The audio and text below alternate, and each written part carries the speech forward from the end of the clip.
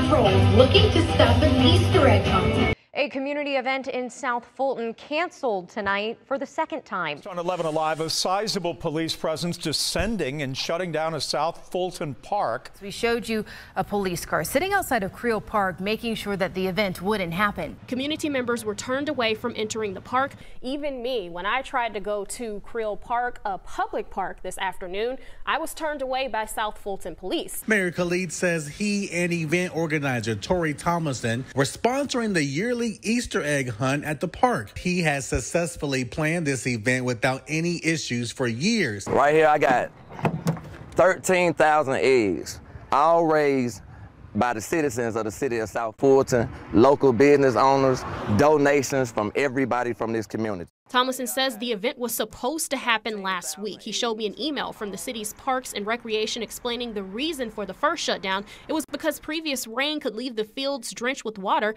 but it didn't rain on Easter Sunday. Kamau says the second event was denied due to South Fulton police saying there was a lack of staff. Clearly, they have police officers that are available. This is my 4th annual egg event. The city knows that I have this event, so it should be a walk in the park. I believe that a lot of this is retaliation on behalf of the police chief, whom I had to have referred to the GBI for investigation. It takes a lot of courage to be the person to blow the whistle on wrongdoing in a police department. 3 years ago, South Fulton police seized Tatiana Strong's cargo van. There was no court case, there was no charges, there was nothing. But while there's never been a criminal conviction or even a criminal charge related to the van, police never returned it. I worked hard for that money to purchase that van, and I still do not have my van to this day. The cars are absolutely gone. This Dodge Charger was seized from Carla Hill along with 2 other vehicles. Hill filed numerous complaints with South Fulton and Fulton County about the seizures, and a judge ordered South Fulton police to return the car. But the 2 other cars appear gone for good, even before the case has ever gone to trial, and with no court records authorizing the seizures. One of the legal protections Georgia law requires is that police departments report what they've seized each year to the state, who publishes it online for all of us to see. But Channel 2 Action News found that South Fulton police never did that. I actually want to thank you all for bringing that to our attention. South Fulton Police Chief Keith Meadows tells me he did not realize South Fulton was breaking Georgia law until we told him. In fact, when we filed a Georgia open records law request for the missing data, South Fulton denied it. That is an area where we have made some mistakes. An outside investigation last fall substantiated a long list of complaints of alleged wrongdoing by the person who headed up the asset forfeiture program. And so this is that list of asset forfeiture totals we've been trying so hard to get from South Fulton. It's about $400 grand in cash seized and more than 50 vehicles seized since 2018. And again, the GBI now independently investigating each one of those cases. October 2021, Joseph King, who was named South Fulton's Detective of the Year, crowned Officer of the Year across Fulton County, a decorated law enforcer, would write he feared his own colleague because when it doesn't go her way, she pulls her gold card, letting you know she has known the chief since she was 18. He filed the grievance with then HR Director Tanisha Graham. In the end, they found that the main complaints were substantiated. McKessie resigned on July 11th in lieu of termination.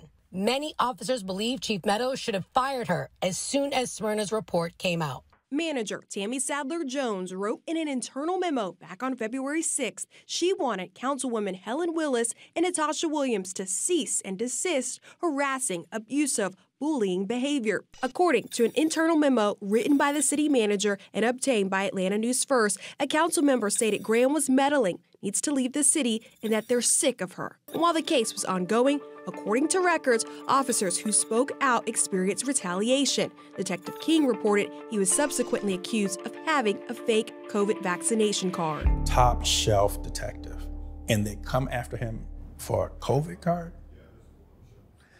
Can you think of anything more petty? Kamau and Tomlinson are accused of trying to circumvent the proper protocol. The police chief releasing this statement saying, in part, the city of South Fulton police shut down the event and cited the vendor for having an unpermitted event. My office had worked with the event organizers to file 3 separate applications for this event, beginning in February. I usually rent the stage from the city every year. They told me that the stage was broken. The stage was used today at another event. slapped with a ticket ahead of an Easter egg hunt. Kamal says the back and forth has got to stop. It's about power. It's about control. I'm frustrated. I've been going through this a very, very long time with the city. I never go to social media. I never call the news. But right now, I feel like I'm being bullied. Meanwhile, Mayor Khalid says canceling the event is not hurting him, but the kids of South Fulton. This is a tragic story about how the politics of the petty has stopped an event for children. Thank you. The complexities of American government. Very complicated. Government of the people, by the people. For the people, by the people.